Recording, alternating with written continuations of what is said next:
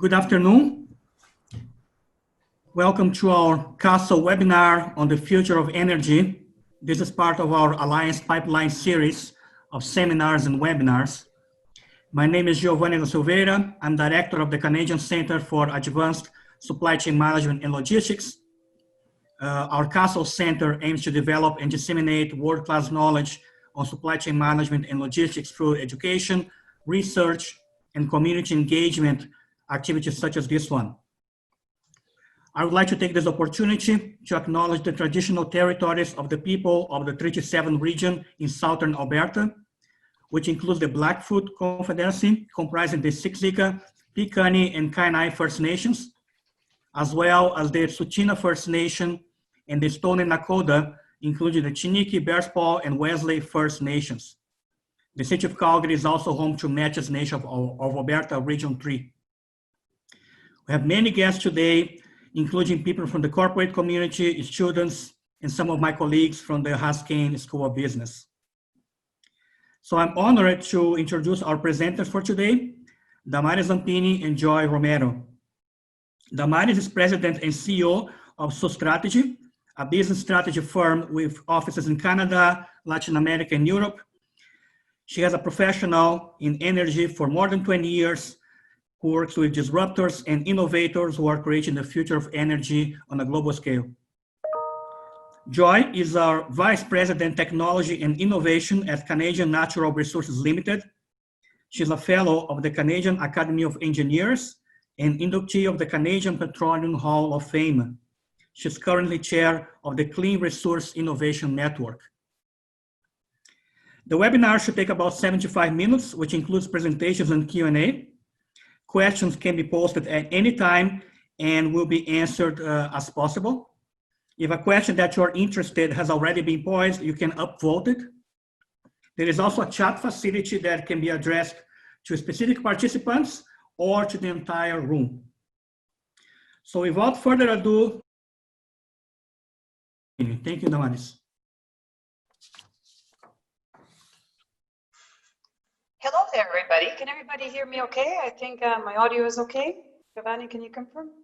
Yeah, just leaning forward and it's going to be all right. Yeah. Excellent. Okay. Well, thank you very much for the introduction. And first of all, I wanted to say thank you to Giovanni for the opportunity to speak on something that I'm very passionate about.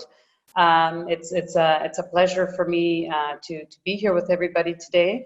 I wanted to also thank Sherry West and Livia Fiorini, because they kept all of this together. They're very well organized. So thank you very much for that. And of course, thanks, Joy, for saying yes to speaking with me today. I hope that together we can bring a little bit of a complementary conversation to the topic of Alberta to the world and where we fit in.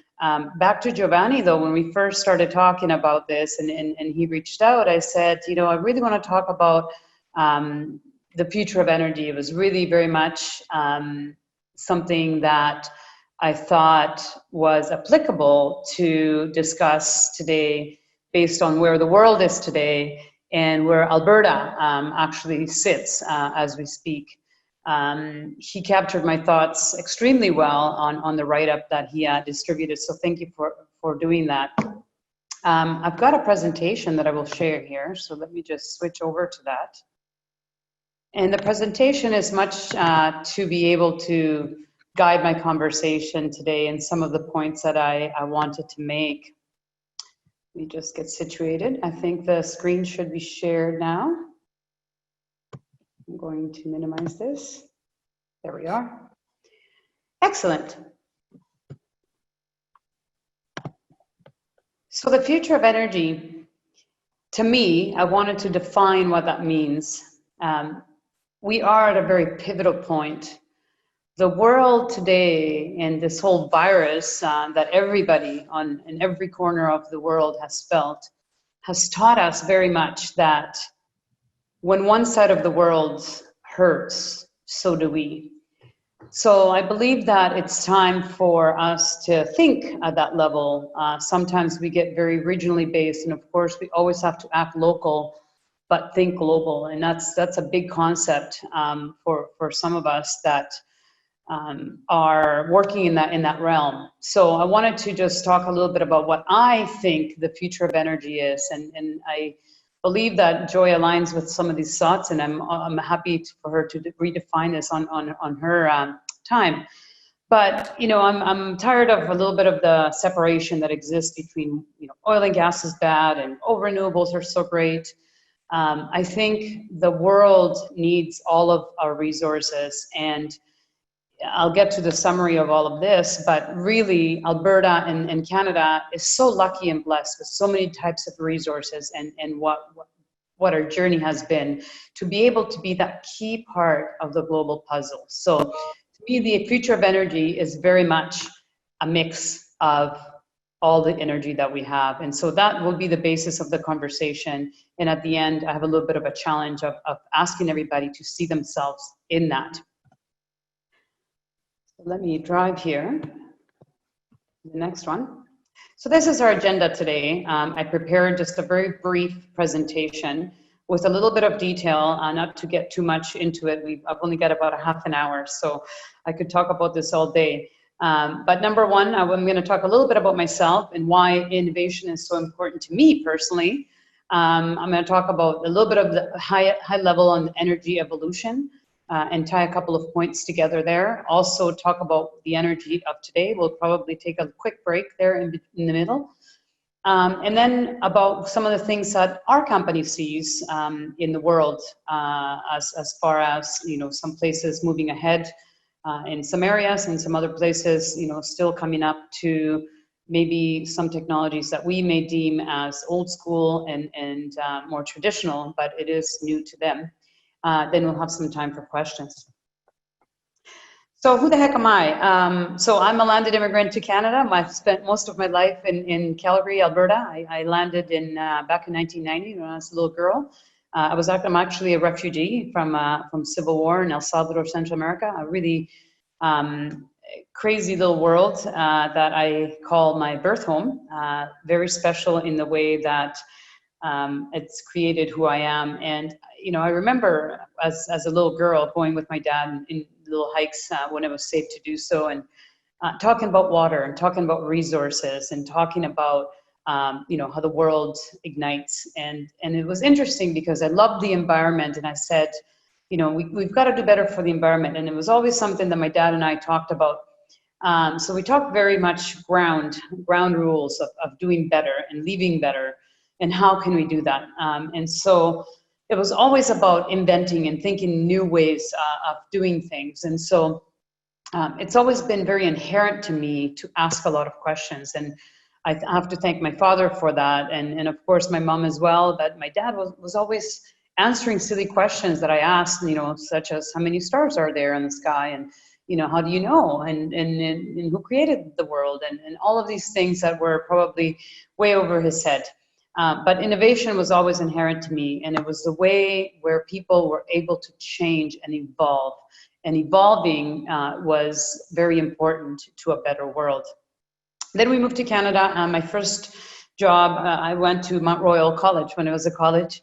And then that was my first diploma that I received, and I went right into work in the oil and gas drilling side of things. So I learned so many different things about the drilling world and what that meant. This is back in the day where it was actually ERCB. It wasn't, in the AUB. Now it's AER. So the Alberta Energy Regulator has now changed probably 3 or 4 times their name. And so I learned so many different things from my very beginnings in the energy sector, which I'm very grateful has been a part of shaping who I am today. I went back to school, I took international trade training, did some courses at UFC. Of course, my most recent one was strategic planning for UFC in their business school, or the UFC school. And it was all in augmenting my knowledge and understanding about putting all the pieces together, back to the puzzle pieces. Between there, I had several different jobs. I worked for Flint Energy, so I got to learn the field side, and going to the field was mind-blowing to me because it really started to connect all of those pieces. And I learned so many things about how people treat people in the field. I sat on the safety committee And I remember talking safety on a daily basis.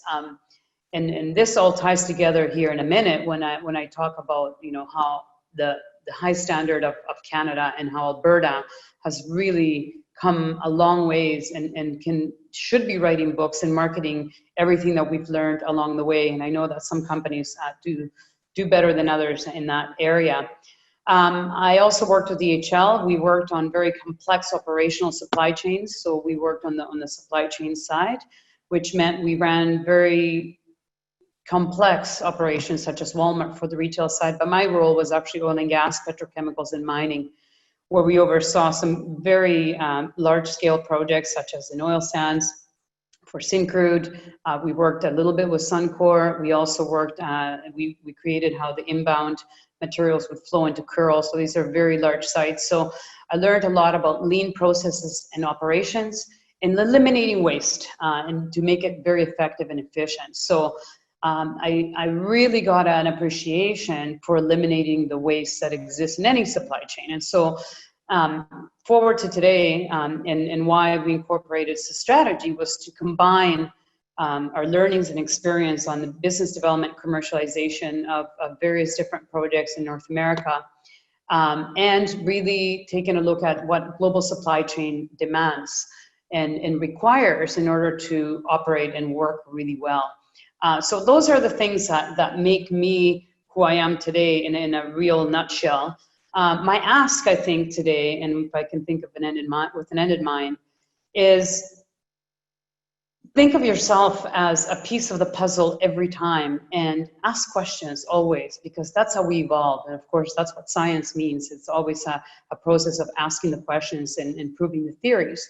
And my vision is that the future of energy will be collaboration, where, you know, oil and gas companies, and I know some of them are doing this already, and Joy will get into it from a CNRL perspective, incorporate different things, different technologies, different ideas. Canadians are amazing, amazing innovators. Alberta is the most innovative province. We have created some things for the world that the world doesn't even know, such as our smartphones, for example. That's a Canadian technology, research in motion. So let's tell the story to the world, but let's not limit ourselves as to what our ideas can do. Because again, my vision is that we all collaborate and are able to talk openly about the technology application and applying our learnings throughout. So a little bit of the energy evolution side of things, and I have a little bit of chicken scratch notes here so that I remember some of the dates. I just wanted to put some pictures up to talk about where we've been and where we are today, right? And the interesting part about this collage of pictures here, so here on the windmill, that's actually in Holland, and that the wind technology actually came about in around 900 AD. So, you know, if we think about that, right, we think about, wow, you know, we've evolved. Obviously, our windmills don't look like that anymore, but that's old technology. Then, you know, you take a look at whales. We killed a bunch of whales for oil so that we could light our homes. And we've been inventing throughout our history as to provide comfort and really safety for our homes and for our people, for us to be able to be productive and so on.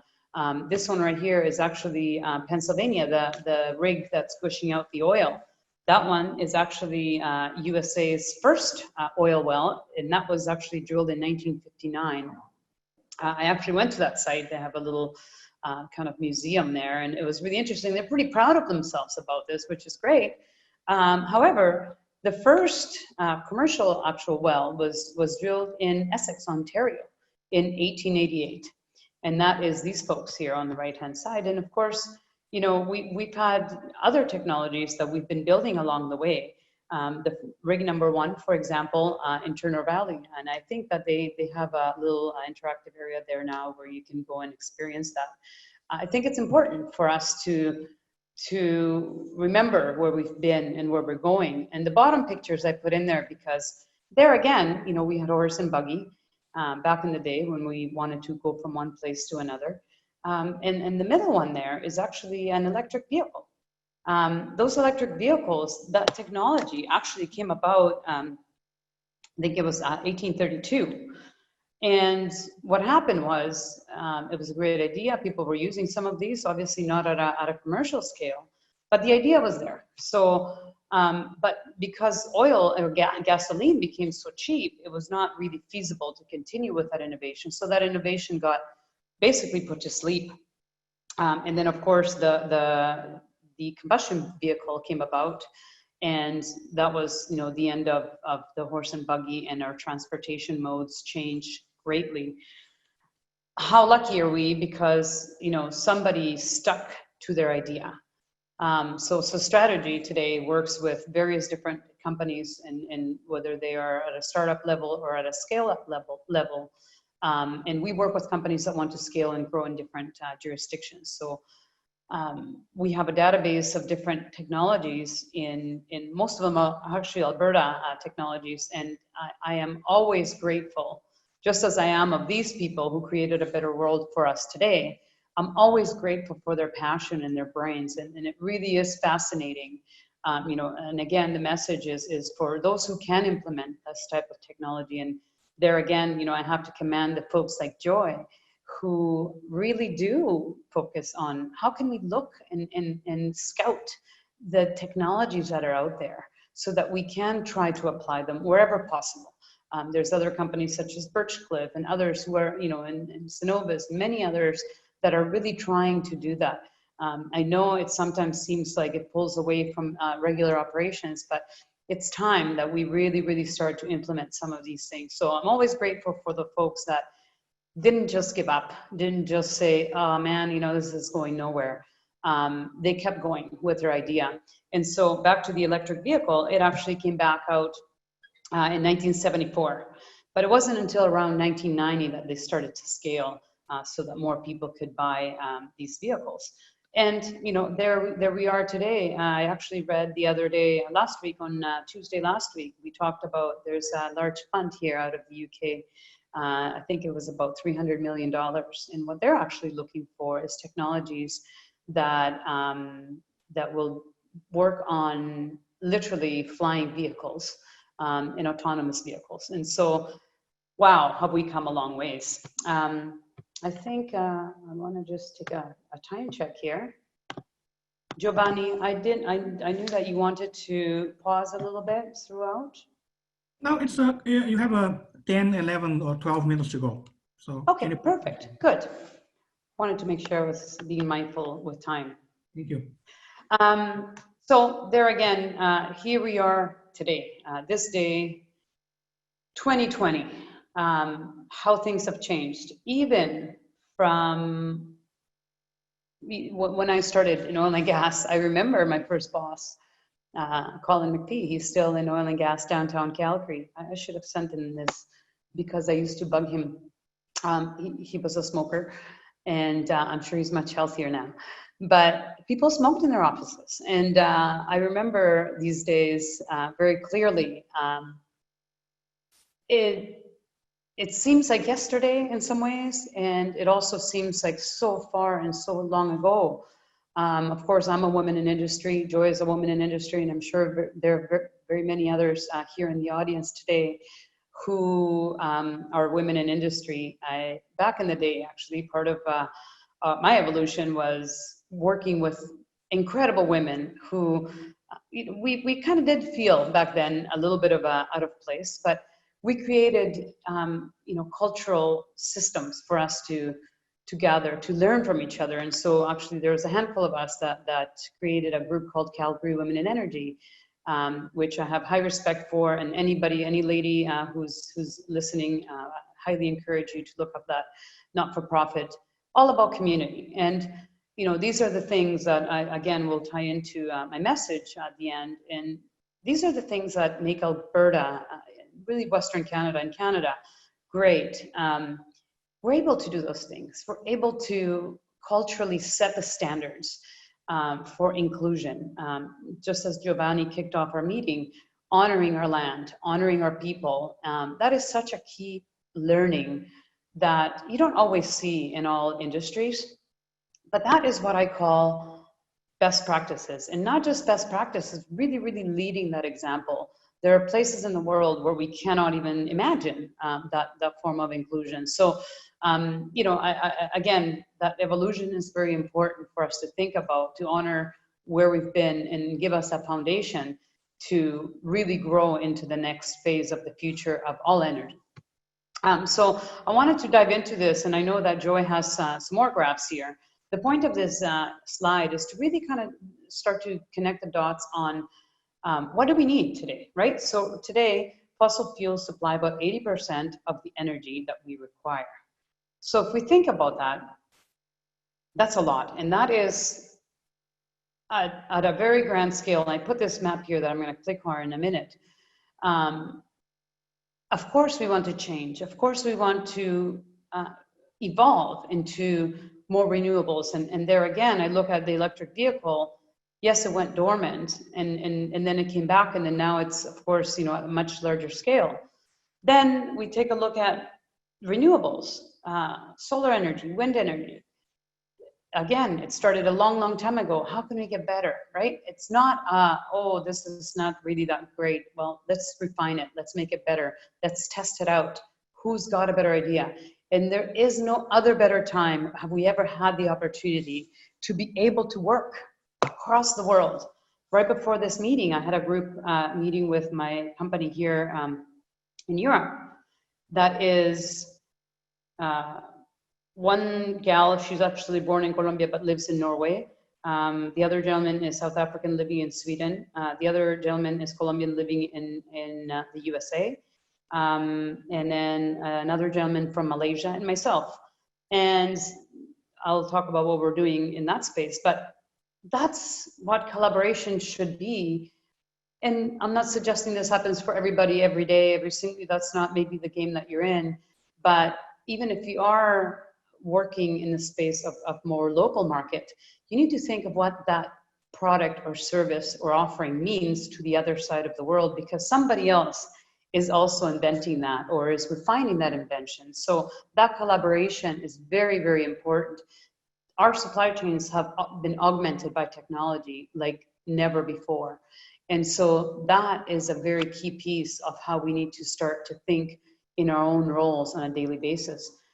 Back again to some of the stats, and some of these are actually from the International Energy Agency. And it talks about 2040, renewables will supply about 7% of the total global energy demand. Natural gas, 25%, and oil, 25%. So we still have a long ways to go. That doesn't mean, you know, this can't be disrupted. Nobody really has a crystal ball. These are numbers based on innovation stats and actual people taking a look at technology development and how technology evolves over time. But the exponential growth that we have now because of technology, I believe is going to enable us to create a different mix. And I hope that I can quote this maybe 5-10 years from now and find different numbers. It's to be seen. We still need, of course, oil, and I know that Joy will talk a little bit more about that. We need it on a daily basis, and it's an important piece of what we need in the world today, obviously. But you know, how do we become better? It's all about demand. We demand it. We can't live without it. None of us would be here today without it. Let me just move over here to show this guy. I wanted to just really quickly point this out. This is an interactive map, by the way, Energy Minute. I highly encourage people to go and browse around. They have some really great videos that I show to my kids all the time. Energy Minute puts together several different data sources and does a lot of infographics. Damaris, yeah. 2 messages. First, we have 5 minutes, and second, we can see the graphic right now. You cannot? No. Okay. Let me see here. How about now? No? That's okay. I will encourage everybody to take a look at this, this link here. What it does is, let me just go back here. Let me try this. One more thing. Does that work? No? No, I think you have some information in the next chart, which would be very, very important for us to have a look. We have 5 Okay. minutes. Okay, good. So here we go. Again, energy today is a mix. The link that I was sharing was an interactive graph on different countries all over the world and what their mix is. So it's a segue into this slide because when God gives us lemons, and I say this all the time, we make lemonade. We don't make coffee, we don't make wine, we don't make tea, we make lemonade. And so for instance, I am right now in Portugal, and it is the sunniest country in Europe. This country was the first one in the world to go 4 full days off grid. They did it on wind and, of course, solar. Does that work in, remote northern Alberta in the middle of winter? Maybe the wind, if it's a very windy place. I know southern Alberta would, but maybe other parts would not. So there again, when God gives us the resources, I believe it is our job to responsibly, in the best way that we can, take advantage of those resources to be able to provide for our living standards that we have and be able to help others around the world. It is again a mix, but why aren't we mixing more, right? So a question on that is, I take a look at industries such as, complex supply chains. I know, for example, in some of our operations, we would use small windmills to power some of our requirement, to give us some of our required power.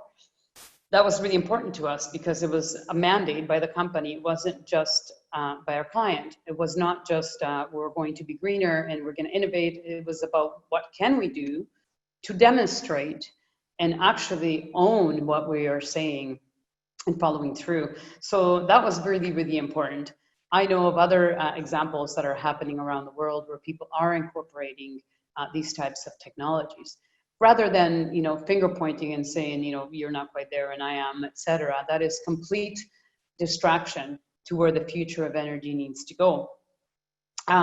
Industry leaders and industry-driven projects, the Heartland project in Alberta, it's an amazing project by Intra Pipeline, for example. Oil sands, I have seen some incredible oil sands, and Joy, I know we'll talk about those. The innovation that has been born in our own backyard, Alberta, is honestly out of this world. For every problem that industry has, we have at least 2 ways to answer it. So the answers are there, and we are applying it, and I believe that we are going to be having to do that. When it comes to energy sector, we've been used to big margins as an industry. I take a look at some of the operations that I've been privy to before, such as Walmart. Their margins are this big. Therefore, they must keep their supply chain extremely tight. So I think that, there again, we can learn to collaborate even outside other industries that are providing different products or services. And that comes to that leadership point. Our group, so Strategy, is actually working on some microgrid projects. Now, the difference of community-driven projects, and one of the reasons why I think, the complementary conversation here today, Joy obviously works with one of the Canada's biggest operators, and they have international operations. And so they've got the bandwidth to do some really amazing things at a very big scale. Of course, I'm a smaller consultancy, a small company, but we are working with some governments and we're working with community. So the difference there is, of course, we both have our limitations and our pluses and minuses. For us, we can go directly to community. And so we're currently taking a look at microgrid. What can we do for microgrid? What technologies can we incorporate? And actually completely make that community self-sufficient when it comes to an energy perspective. Sometimes they don't have time to go and drill for oil or get big solar projects installed, etc. So what can we do from a technology perspective to tie all of that together? So we're lucky that we're able to do that, sometimes working directly with different ministries and governments. Right now, for example, we're working on some exploration projects with Panama, for instance. We're looking, and that is again Canadian technology, Just this morning, we talked about some Asian projects that we will be getting going here this year from, again, a community-driven technology integration when it comes to the energy sector side. And there again, it's all about supply and demand. The world is growing. Many parts in the world wish that they could have the luxury to get home and flip a light and have light. So we are very, very blessed on that. And so, you know, how can we collaborate more? Are we collaborating enough? I think some people are, but I think we have a big, big, big room to be able to do that. And I think that's my notice to take a pause and get some questions. Thank you. Thank you very much, Damaris. Thanks. So yeah, just a reminder, people can pose questions by writing them. There is a box there for it. And we're gonna be making sure that we're gonna cover those questions either during the next presentation or by the end. So I think Damaris raised some very important points about the opportunity and the need for collaboration across sectors. I think that's probably one way forward. And I must say that before I talked to Damaris, I have not really understood that idea quite well, and I'm quite impressed by that. And so I think it's an honor now to introduce Joy Romero, who will bring us some more specifics on the types of technologies that have been developed and the opportunities for collaboration, again, and alliances with other sectors. So thank you very much, Joy. So if you can really make sure that we can work on these issues and see where they can take us for the future. Thank you. Hello, everyone. Just sharing my video or my presentation with you here.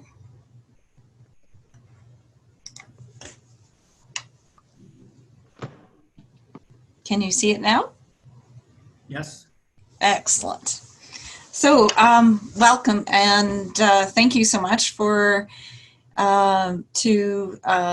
Huskin School and to Damaris for inviting me today, and to all of you for inviting us into your homes and or wherever you are. That's the really cool part about now is I kind of ran down the attendees, and I definitely saw some names that I know. A few of them are sitting a few offices away from me. So I'm actually back in office, which is really nice. And so yes, and the nice thing about I think that we've gained by not being able to gather in large crowds is actually by doing these things is actually allowing things to be much more dispersed, and we've taken away geographical boundaries. So which is a little bit about what we're to chat about here as well. So Canadian Natural, oh, now you little rascal, of course it's not moving. Oh, there we go. So Canadian Natural is the largest independent natural gas and heavy crude producer in Canada. We are, as Damaris said, we're in BC, Alberta, Saskatchewan, Manitoba, the North Sea, and offshore Africa. This is our mix of products. So as you can see, we basically cover the whole gamut.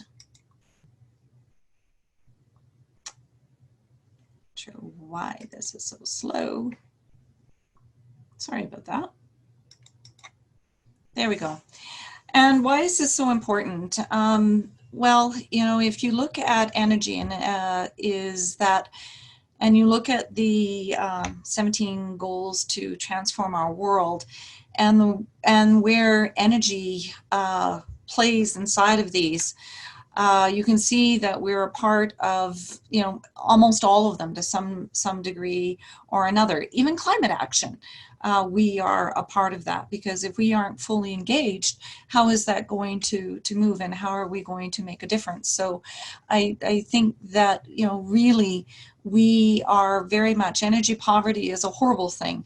It's what stops people from education. It's what stops people from eating. It's what stops people from enjoying a fraction of the lives that we enjoy many of us that would have the privilege of having a computer, being engaged in this, a very, very different life for many on our planet. As Damaris said, it's all forms of energy, and so regardless of who you look at, one of the things that's really unique about where we've just come from through the pandemic is we basically instantaneously dropped 30% of the oil demand around the world, which if you actually look at the predicted numbers for 2050 is actually a 30% drop in oil demand. And when that happens, there's still our fossil fuel, right? There's still an immense amount of demand. And why is that important in that energy mix that's out there is that energy needs to come from somewhere. And we know that in Canada that we are already a leader from the environment, social governance side of things. And so if oil is required for basically decades and potentially many more as molecules of carbon and hydrogen, where in the planet do we want that to go? And or the other way of looking at it is where, if we have developed inside of our country the technologies and the policies that allow us to be that leader in environment, social, and governance, what about that being transferred to the globe as a whole and the globe being able to function in that way? And this is one of those things that if the rest of the world, this is actually Jewel Bergenson's from U of C's work that she does on life cycle analysis. If the rest of the world produced their conventional oil and gas the same way that we do, it would be an immediate 23% reduction in global greenhouse gases, just by others repeating basically the way that we produce our conventional oil and gas. Pretty powerful. And as a company, we've been at this for a long time. It's, reducing our footprint is not something that's new to us. And from 2012 to today, we've actually had a 37% reduction in greenhouse gases intensity in that period of time. And our heavy crude oil production is 78% absolute volume in that same period. So what does that mean? Often oil sands are understood and claimed to fall in, the dirty component of oil. But if you look at, because of those reductions and other things that we've done, we've actually climbed way down others in the spectrum. And so this is third-party research that's put out. And this is where our current operations now fall. So, this is actually even, sort of from this here to here in that sort of average barrel of what is from production, is we are either just above or actually below sort of the average global barrel in greenhouse gas intensity for our oil sands production today. And how does that happen?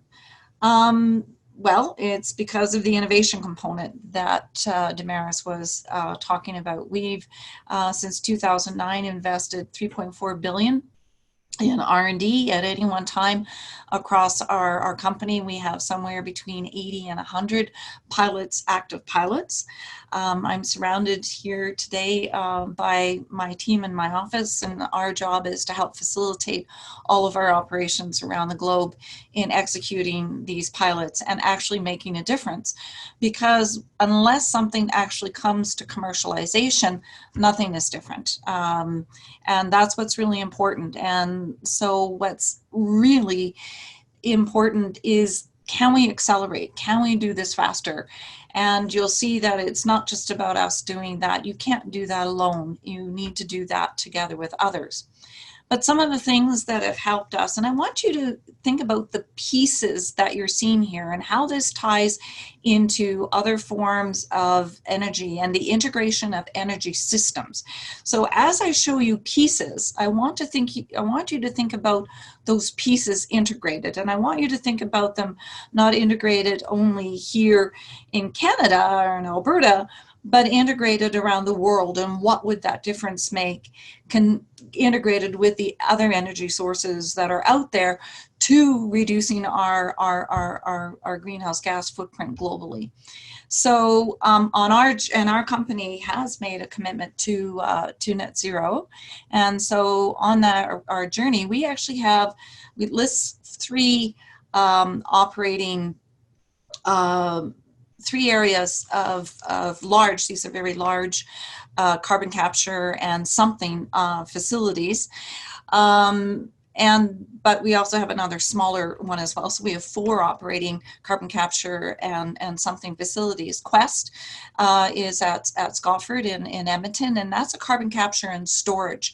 That one, together with Boundary Dam in southeastern Saskatchewan, have created the knowledge of, and it's shared, it is globally shared, the knowledge of sequestering large volumes of CO2, one in a cavern at Quest. Boundary Dam is actually an aquifer. And so very much growing that knowledge as to how and do that. So these aren't talking about doing these facilities exist and are operating. Horizon is, and these are captures off of hydrogen facilities, and that's important. I want you to remember that. Horizon is also off our hydrogen plant as well, and this is one of our oil sands facilities. And that CO2 that's captured is actually sequestered in our tailings. And what it does is reduces the size of the tailings pond because it reacts on the surface of the clays. Obviously they settle, they intermix, and they increase the time, the reclamation for our tailings. They're permanently sequestered. Northwest Redwater is a refinery that actually is now operating, but it's tied into the carbon trunk line. That carbon trunk line takes from basically the industrial heartland, takes that CO2 and uses it for enhanced oil recovery. And so this is really important because once you start seeing that, you are capturing CO2 at a source and you are bringing it to a sink. And these are 3 different kinds of sinks that are out there. These are another project that we are working on, and I share a little bit more about it in the next slide below, so I'm not going to get into that one in too much detail. But we've been talking about once something is combusted, how do you do that? Well, that's obviously has a lot to do with the carbon capture. So oil sands, through collaboration of us working together through COSIA, Canada's Oil Sands Innovation Alliance, have worked with X Prize Foundation and have had going over the last number of years the CO2 to valuable products, our reimagined carbon. And the test sites for this is actually just sits right on the edge of Calgary and Shepherd. And there are 5 bays. They are testing 5 finalists, all bringing carbon capturing CO2, bringing them to valuable products. There's another 5 finalists in the US at a coal facility. And this gives us optionality. This is what gives us choice. So right now I shared with you capturing carbon and going to large sinks. This is also to capture carbon and to bring it to a valuable product. Some of it is methane, some of it is rubber for running shoes, the plastic that would go into those glasses. I mean, just a whole myriad of things that are possible because it's carbon and oxygen molecules. And what can that help and grow to? The same thing with a molten carbonate fuel cell. It captures the fuel gas, produces electrical power, goes on to, CO2 depleted that you can then use for something else. And obviously we've captured carbon for sequestration. So it's really important, these various components. But then the other side of it is not combusting it in the first place. So taking natural gas and using its component pieces, carbon to carbon fibers, hydrogen to blue hydrogen, to be used as fuels or other things, but using the component pieces. Bitumen beyond combustion are other components that are inside of this as well. These are all things that being developed here, I hope that you can see, can also be brought and used anywhere in the world. Joy, can I ask a question? Absolutely. Okay, a question here from our colleague and friend Peter Wallace. In reference to your comment on the GHG reduction attained by Canada's oil and gas industry through innovative processes, why do you think Canada has been so unsuccessful in delivering this message to the world community? You know, that is probably the one question I have absolutely no answer to. It never boggles my mind how difficult it is for this truth to be understood. We certainly tell the story, and we certainly put it in places. The repetition or the take-up of it and having it repeated by others, certainly to date, has been not as strong. I mean, none of us are happy with what that has been. I do think that I am hopeful that you see some of it more. But I do think when Damaris said up front is that there is this good-bad component that's there. This good story doesn't fit the villainized position for fossil fuels. And the sad part of that for me is when you look at the whole component of the energy that's required, and when you saw that fossil fuel drop that I said, it's not, there is still that whole growth in energy that's required. So we need all forms of energy. If we don't talk about the realistic component that oil and gas is going to be here in the long-term future, what you're losing is the opportunity is to have that and conversation of the integrated energy systems. So what I'm hoping that people can see is even if you have natural gas from a garbage dump, combusted still produces CO2. These capture technologies is even more on top of that. So some people like to, because it's CO2 from a garbage dump and I just produce it and it goes into it's a shorter circle. Shorter circle, these fossil fuels were produced by combustion millions of years ago. The circle's just bigger. So how do you take it all out? And these are the types of technologies that when you look and integrate between solar cells, wind, nuclear, geothermal, and renewable fossil fuels, when you integrate them in the system, that's when you're going to get lowest cost, lowest overall GHG footprint. And if we ignore that and pretend that oil and gas isn't there and it's just going to disappear from a whole systems component, that entire thing is going to be missed, and it's going to be a travesty to society as a whole. And so, probably not. Thank you for the question, because it really helps, I think, why this is so important, and that why people understand that we need to integrate these. This particular technology here actually reduces GHGs by 40%. It also is a lower operating, but it also eliminates tailings ponds.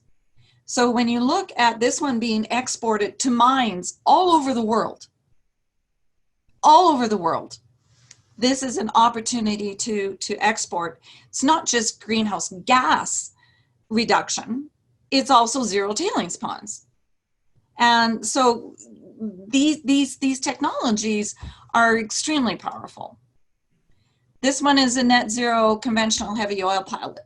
So electrified at the wellhead, probably from hydro or has the opportunity to be from hydro, solar, wind. So hopefully, or CO, or being produced by natural gas with CO2 capture. And so that there isn't emissions at this end. And this is the technology that helps us capture the remaining emissions. And why would we not do that? We actually sell the products that come from here. If nothing else, we have more to sell. But it is that whole closed loop component that is really important. This is also here SAGD. Oil sands is not unique to Canada. It is actually in many parts around the globe. So even though we are some of the first to bring these kind of really low footprint technologies to these, it also allows these to be produced around the globe in another way. Digital technologies tie into absolutely everything that we do, increasing the efficiencies and the ability to do them better. This is just how we inside of our department bring things and support the company to actually accelerate things as we go ahead. And notice this external collaborations is really, really important because none of us can do this alone. We actually generate from our business units challenge statements, and this way of doing this as industry is saying, hey, this is where we need help. So we do this internally inside of our company, and then these challenge statements are posted externally.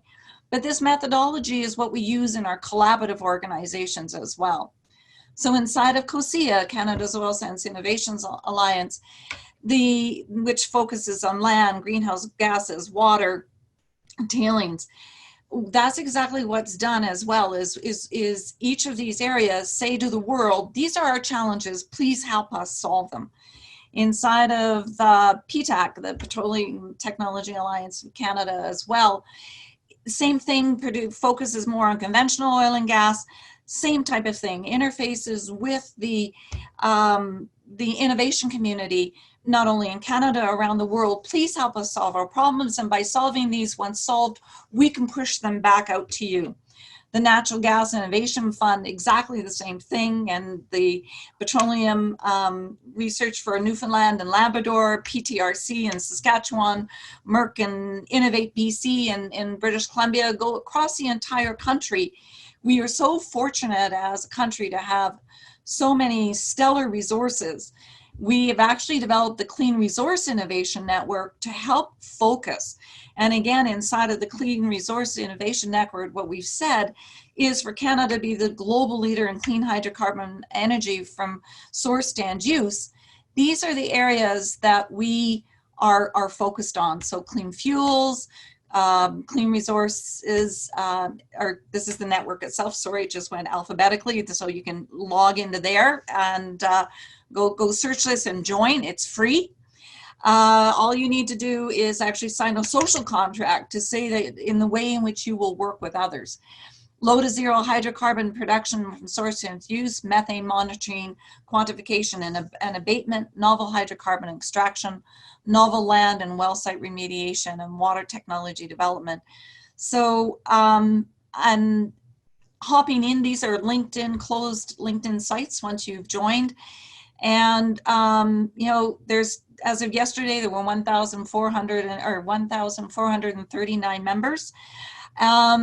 It's a network. It's a place for wherever you fit in the ecosystem to find somebody else.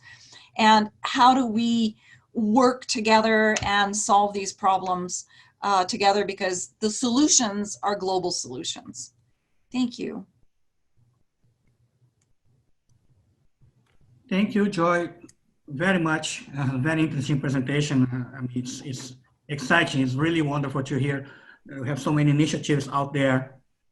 And so now we get to the point where we're open for Q&A. So again, I invite the audience to enter their questions on the Q&A box.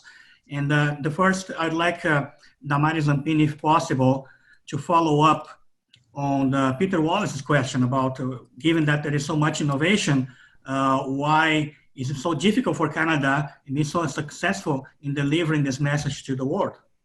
Your thoughts, Damaris? Yeah, it's funny because that's a question that I have been pondering for a long time. And it has been deep rooting, bothering me probably for about 7 years now. And it started to bug me a lot. I was traveling quite a bit for business in North America and into Latin America. And I remember even running into Jim Ellis, who was the ex-president at the AER, and talking about, some of the collaboration and best practice sharing and so on. And then I started looking at, sort of the education, the kids' education about energy in our energy sector. And I mean, there again, all the innovation, what do they know about it? And I looked actually at the education system, and I did quite a bit of research into it. So much so that it really bothered me from two levels.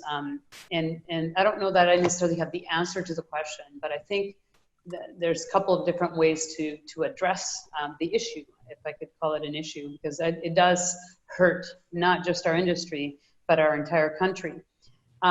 So I believe that from a grand scale, and of course, companies like CNRL, they do a great job at telling the story. I know Synovus had those videos going on for a while that would come on TV, and people would kind of get their head wrapped around, because, I've read several negotiation books, and if you talk about negotiations and influence, people don't often get influenced by data, right? Most people actually don't care about the data. I mean, of course, for different purposes, but for convincing purposes, they care about the personal side to it. So those videos that connect the demand and why energy is there and what the quality of life that it provides, those were actually, I thought, very useful. One of my longtime clients a long time ago, a handful of years ago, and I still keep in touch with several folks there, California Resource Corporation out of California, they do a great job at PR. But, it's not going to be one company, and even if the industry, and I know there's several groups that have come about to really try to educate. I believe it's great. It's always great. Some of them a little bit too late in some ways. So there's a grand level where I think, we need even some government help to say, hey, this is our biggest industry in our country. How do we let the world know that it's not just providing great quality of life for us, but best standards in practice for potentially the world in that collaboration. So I think there's a grand area that we can send the message. I have been coming to Europe for years, and often people don't quite know of our industry and the level of industry that we have. So telling, again, we all have a responsibility in leadership in telling the world, and first of all, learning, right? And the smaller piece, not small, it's actually quite important, and is why I created the Young GPS, which was a youth education forum to teach kids and invite them to think differently, because really they own the future of energy, and they're the ones who are going to drive that next level of innovation, inclusion. Investors, they're going to have those dollars to invest into new ways of creating energy. And so I think it starts at home to be able to tell that message to our kids, and then be able to let them know, hey, you know what? I went to Joy Romero's CNRL. They've got this really cool room with the VR, and I put on the goggles, right? And I know this other VR company who created a whole video for 7 generations where you fly in and you literally stand there and you look around, and now you're at an actual site. So I think it's why it hasn't resonated. I don't think we've done enough. I think some companies have done a lot, but some of them haven't done enough. Because we've been busy working, and that, of course, is an excuse, but I think we have a long ways to go, and I think we also have failed ourselves in putting maybe more dollars into telling the world that story, and starting in our own backyard. So, super long answer, but I needed to answer that. Thanks. Thank you very much. So I have another question here, has been upvoted. With oil and gas prices the way they are for WCS, how difficult has it been to be able to find funding for this type of new technologies, especially being not as sexy as renewable investments? So Joy, perhaps? Well, one of the good things about that is that I hope that you saw is that when we actually do these things, because, GHG footprint or wasted water, those are costs to us. And so when we actually implement these technologies, we reduce costs. So that's always, so that business case is what drives it. And we've managed to continue some of the projects with respect to that. Obviously, it's really hard when the price truly collapses, it's a survival mode. At the same time, I can tell you that we've still continued many of the projects. And so actually just doing that because we're just at a sort of a summary point here, and really proud of the majority of our portfolio is progressing. It's just great. Damaris, I mean, working more on a global scale, have you seen this sort of unwillingness or less interest perhaps to fund by other compared to other sectors? So I actually experienced it. I was in Panama on a business trip, and I was there. One of my partners lives there, and she was actually working on an oil and gas deal, and it was exactly March 10th, I believe, right when the world's starting to shut down. And I think that was the day when oil went. I literally grabbed my phone and I went, right, is this happening? So this was literally an oil and gas asset deal, Latin America, Colombia asset, an asset up for sale. And so you sit there and you go, well, I guess that's off the table because the economics are not based on this price. They're based on a $40 barrel or even a $35 barrel. So when oil goes to minus whatever, it really does turn people off. There is, I think, a big, and of course that's a different scale. We're talking a smaller type of producer that are not as stable, of course, as a CNRL. So it is shaky ground. It is very shaky ground for a lot of different companies. I have other friends that are, C-level executives in Alberta, that some of them are closing doors, and it is very, very scary. It is a very real fact.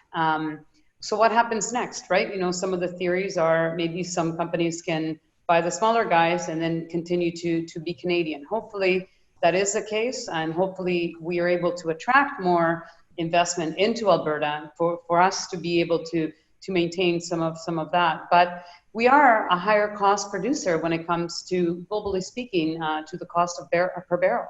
So I think that is a challenge for sure. Well, it depends.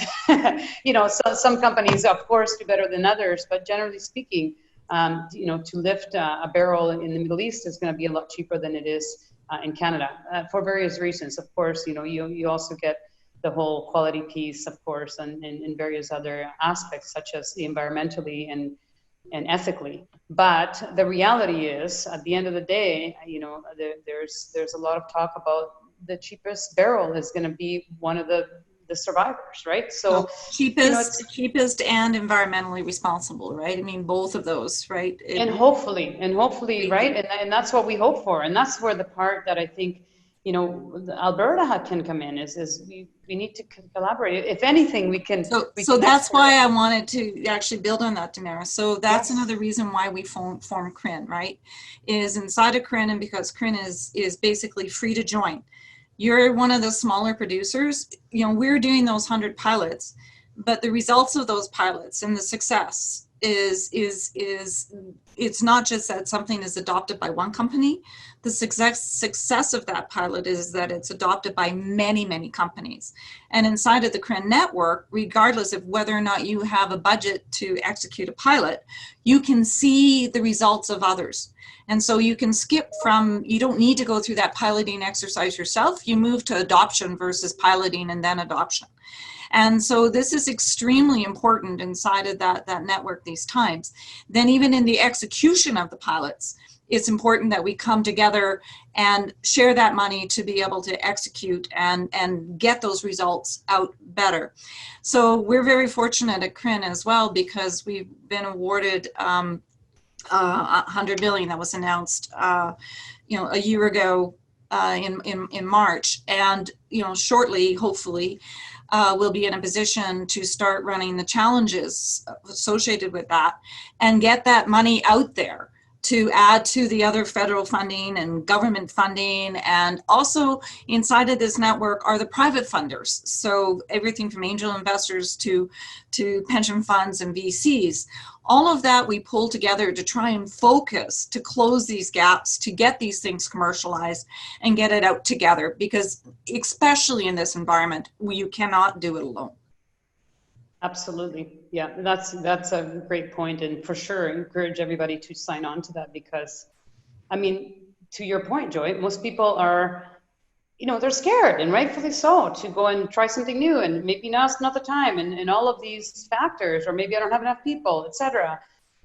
So you're right, see it from somebody else, and I think that is a true statement of collaboration in live, right? Because and in defense of the innovators, and there again, I take a look at, we work with many, and I look at them and I go, these are people that are again passionate. Thank God for their brains, but sometimes they run out of money, because it's not always the job of a small innovator disruptor who has got a brilliant idea to go and change the whole industry.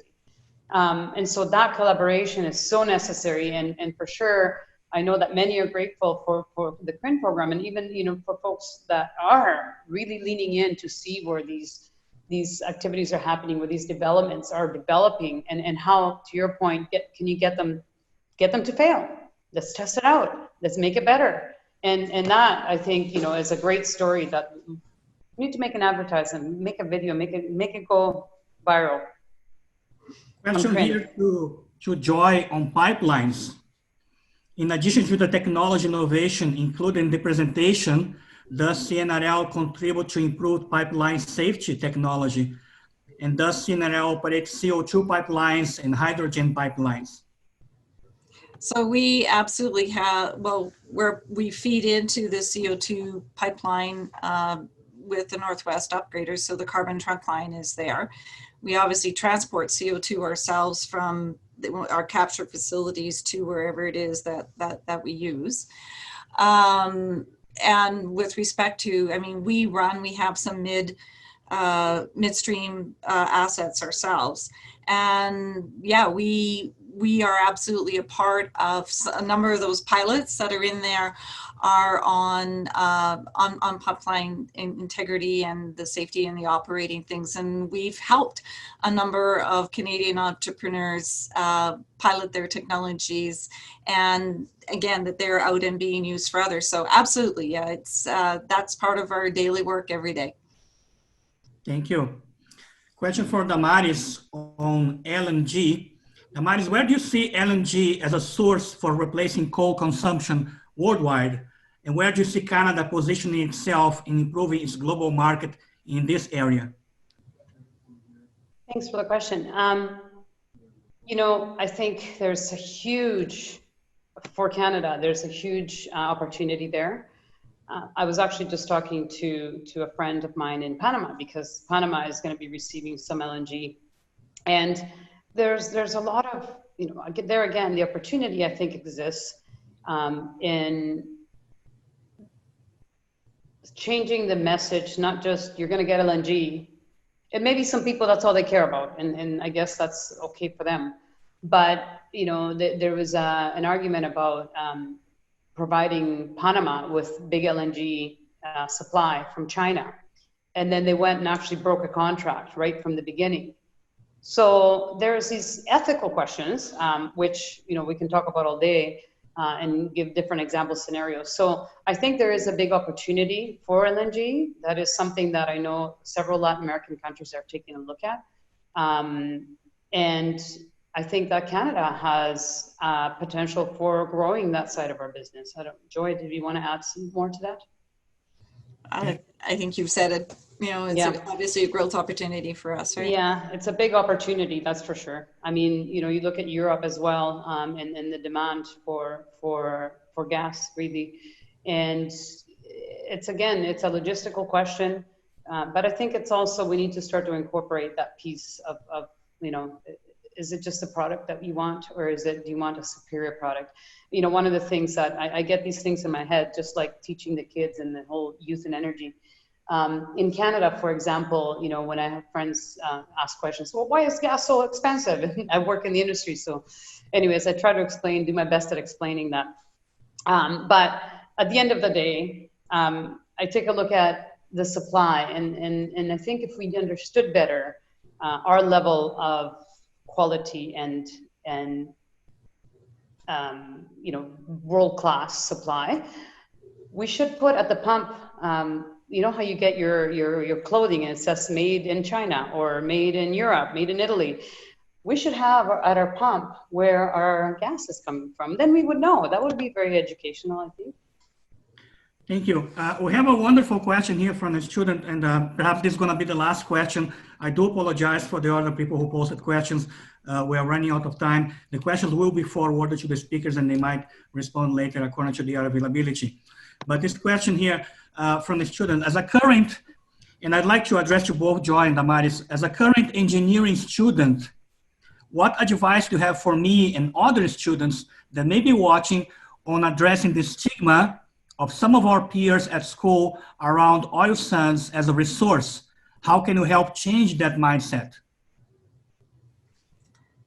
So I think certainly the information that I gave you today, that you understand the truth of where oil sands falls, both from a footprint, from its value, from the science, the safety. This is a whole aspect of the way in which we do business in Canada. You can be very proud of our energy and the way in which it's produced. You know, us, you know, we're happy to have gotten where we've gotten with respect to our footprint, and it's not just greenhouse gases. Hopefully, you heard from me. Our water use, our tailings, our land, all of those things are important to us, and we're continuing to shrink that impact all the time with a quality product and a very safe, fun place to work. And so it is absolutely something to be proud. And I think it's also the technologies that our industry gives to others.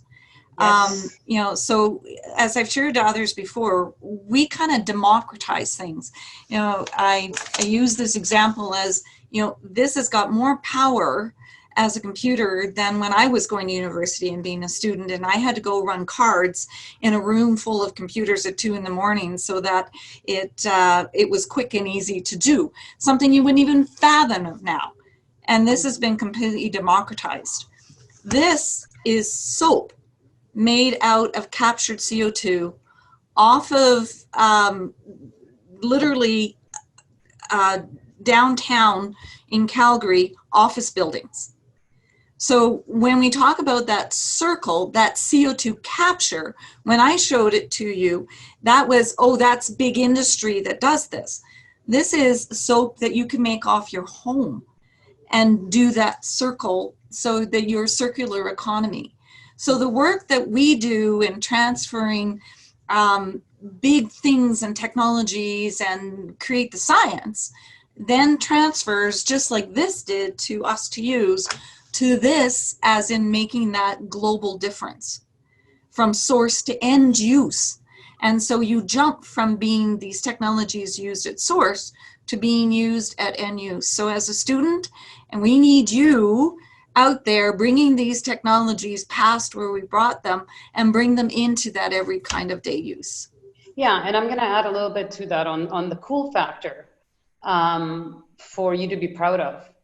So I have a friend of mine, Zach Trolley, who is an engineer in downtown Calgary. And I love him because he actually he did the whole Go to Mars space program. And they do a full simulation of what life would be like in Mars. And long story short, he's amazing at telling the story. I'm happy to connect you. He basically talks about the technologies that we're going to need when we go there. It's more of when we go there to space. All of these technologies on getting resources, the best way, the most responsible way, and the most accurate way are born in oil sands. And that's probably one of the most innovative areas in the world that I have seen as far as technology being applied, used. And now we can't just take that in the world. We're actually talking to other worlds.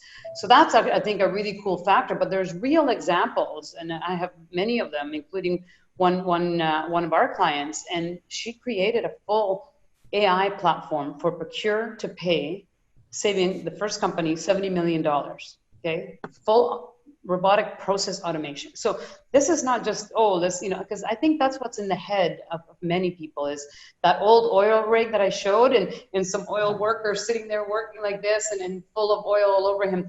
Literally, you can go to Joy's office and see how people can drive a rig with a joystick. I mean, there's so many cool factors to our industry where I think a lot of people are stuck in 1914, where the first rig happened. We are a long ways away, and we're really, really owning that space of creating innovation that is, back to the Lori example in this whole AI robotic process automation, that is now being used in retail. Chick-fil-A out of the States have asked her to come in and apply for being a part of solving the whole solution. I mean, that's food. So we create things that are incredible, and then we ought to be very, very proud of that on a daily basis, for sure. Well, thank you very much, Damaris. Thank you very much, Joy. Thank you very much to the audience. I think it was an excellent webinar, very interesting. I'd like to tell you that this is part of the mission of Castle. We are moving forward with a focus on clean technology and innovation in all energy sectors, starting this year, and that's something as well we have been doing in previous years, but with more emphasis right now. And this was our first webinar focused specifically on that particular topic, and more should be coming. So I thank you so much. If you are not receiving direct communications from Castle, if you're not in our mail list, and if you want to join our mail list, you can email me or email Castle. It's casl@ucalgary.ca. And please be watching for our upcoming events. And again, just my sincere thanks for the Damaris and Joy's time here, preparation, excellent presentations, and I hope that that's going to bring many interesting ideas moving forward. So thank you so much. Thank you, everybody. I appreciate it. Have a great day. Stay safe. Thank you.